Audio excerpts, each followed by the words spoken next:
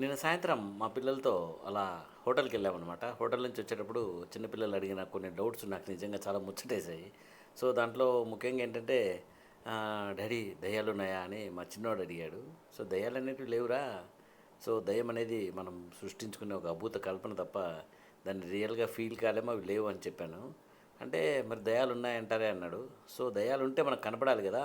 ఇప్పుడు నేనే ఉన్నాను. నేను చనిపోయిన తర్వాత పైకెళ్తే నా శరీరం లేకపోతే నేను భూమి మీదే నిలబడే ప్లేస్ లేదు కదా! మరి లేనప్పుడు మరి దెయ్యం అనేది ఇక్కడ ఎట్లా ఉంటది? సో, అది ఎలా ఉంటుంది అంటే వాడు నిజంగానే కన్విన్స్ అయ్యాడనమాట. సో, అంటే ఒక ఒక ఆత్మ ఇక్కడ భూమి మీద నిలబడాలి, భూమి మీద ఏదైనా చేయాలంటే మానవ శరీరం ఖచ్చితంగా ఉండాలని వాడికి అర్థమయ్యేటట్టు చెప్పాననమాట. So, he was fully convinced. And second doubt వాడు ఏమడిగాడంటే, మరి దేవుడున్నాడా అన్నాడు. ఉన్నాడు. మొత్తం విశ్వమంతా దేవుడేరా ఉండేదని చెప్పాను. మరి దేవుడంతా ఉంటే నువ్వెందుకు పూజలు చేయకోకుండా ధ్యానం చేస్తున్నావు అన్నాడు. సో, విశ్వమంతట్లో ఉన్న దేవుడు నాలో కూడా ఉంటాడు కదా! సో, నాలో ఉన్న దేవుడిని చూసుకోవాలంటే నేను ధ్యానంలో కూర్చొని నన్ను నేను ప్రశాంతంగా చేసుకొని నా లోపల ఉన్న శక్తిని చూసినప్పుడేరా ఆ భగవంతుడు అనేవాడు కనిపిస్తాడని చెప్తే దానికి కూడా వాడు బాగా కన్విన్స్ అయ్యాడనమాట. తర్వాత మా తమ్ముని కొడుకు వాడు రాఖీ అనేవాడు. వాడు ఒక డౌట్ అడిగాడు. డాడీ పెద్దయ్య ఈ చేతబడి ఇవన్నీ ఉన్నాయా? బ్లాక్ మ్యాజిక్ అనే ఇలాంటివి ఉన్నాయా అన్నాడు. సో, అవన్నీ ఉంటే పెద్ద పెద్ద లీడర్స్ అందరూ ఉన్నారు కదరా ఇక్కడ. ప్రైమ్ మినిస్టర్స్ ఉంటారు, ప్రెసిడెంట్స్ ఉంటారు, పెద్ద పెద్ద రౌడీ షీటర్స్ ఉంటారు.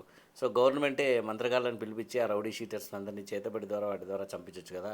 లేదా రౌడీ షీటర్స్ వీళ్ళు లేదా నెగిటివ్ పర్సన్స్ ఈ ప్రముఖ నాయకులందరినీ సీఎంస్ని, పీఎంస్ని అందరినీ ఈ చేతబడులని పిలిపించి చంపించేయచ్చు కదరా! అసలు అట్లాంటి సైన్స్ అనేది ఉండదు. మనం భయపడే కొద్దీ మనలో ఇమ్యూనిటీ తగ్గిపోతుంది. ఇమ్యూనిటీ తగ్గిపోయే కొద్దీ మనలో జబ్బులన్నీ పెరిగిపోయి మనకు రకరకాల సింప్టమ్స్ మనమే ఊహించుకుంటామని చెప్పాను.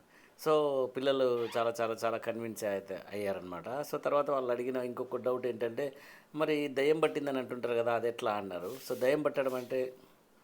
దెయ్యం పట్టింది అంటుంటారు కదా! మరి అదెట్లా అంటే, దెయ్యం పట్టడం ఏం లేదురా. ఒక మనిషి గురించి ఎక్కువగా ఆలోచించినప్పుడు అతని గురించిన తెలిసిన నాలెడ్జ్, తెలియని నాలెడ్జ్ కొంత అంతా అబ్జర్వ్ చేసుకొని, సో, దాన్ని మన పర్సనాలిటీలో చూపించుకుంటూ మన సైకలాజికల్‌గా ఎక్స్‌ప్రెషన్ అనేది మొదలుపెడుతూ, వాళ్ళు చేసే పనులు, వాళ్ళు మాట్లాడిన మాటలు అవన్నీ కూడా ఎక్కువగా మన మీదకి ఎక్స్‌ప్రెస్ చేసేసరికి మనం ఆ పర్సన్ వీళ్ళలో ఎంటర్ అయినాడని అనుకుంటాము. సో, ఆ రకంగా పారాసైకాలజీలో భాగమే గానీ యాక్చువల్‌గా అట్లాంటి దెయ్యం పట్టడాలు అట్లాంటివన్నీ లేవు అని నిన్న ఒక సైంటిఫిక్, సోషల్, స్పిరిచువల్ డిస్కషన్ అయితే జరిగింది. పిల్లలందరూ బాగా కన్విన్స్ అయ్యారు. ఆహ్, మరి దేవుడిని చూడాలంటే ముఖ్యమైన మార్గం ఏంటని లాస్ట్‌లో మా వాడు చాలా ఇదిగా డీప్‌గా అడిగాడు ఆ question.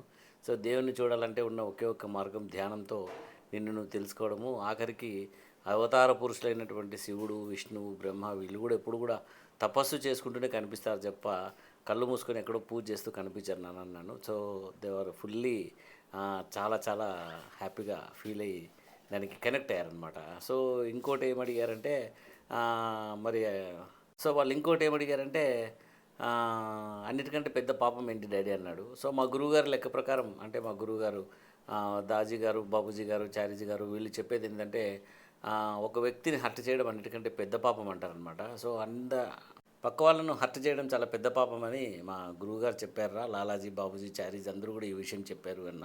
So, hurting others is biggest sin అని చెప్పి లాలాజీ గారు చెప్పారు, బాబూజీ గారు చెప్పారు, చారీజీ చెప్పారు, దాజీ కూడా అదే చెప్తున్నారు అని చెప్పాననమాట. ఓ రియల్లీ మరి మరి వాళ్ళు మనల్ని హర్ట్ చేస్తుంటే ఏం చేయాలంటే మెల్లగా మంచి మాటలతో వాళ్ళకి చెప్పి చూడాలి. వినలేదంటే సావధానంగా వాళ్ళకు సమాధానపరుచుకోవాలి. వినలేదంటే కొద్దిగా వార్నింగ్ లాగా ఇవ్వాలి. వినలేదంటే వాళ్ళు మళ్ళీ మళ్ళీ మనల్ని హర్ట్ చేస్తుంటే వాళ్ళకు ఒక తగిన రీతిలో బుద్ధి చెప్పడంలో తప్పేం లేదు. అవసరమైతే మరీ టార్చర్‌గా ఉంది, అసలు భరించలేని ఇదిగా ఉందంటే వాళ్ళను ఎలిమినేట్ చేసుకొని మన రిలేషన్స్‌లో లేకుండా చూసుకోవడం అన్నా అనమాట.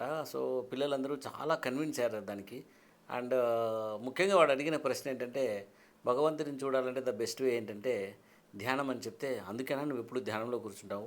అందుకేనా నువ్వు అన్నీ ఏదేదో చెప్తుంటావు డాడీ భగవంతుడు అది ఇది అని చెప్పి వాడు చాలా సర్ప్రైజింగ్‌గా, షాకింగ్ అన్నాడనమాట. After his birth first time ఇట్లాంటి ఒక డిస్కషన్ అనేది వాడి ద్వారా నాకొచ్చింది మా చిన్న పిల్లోడితో.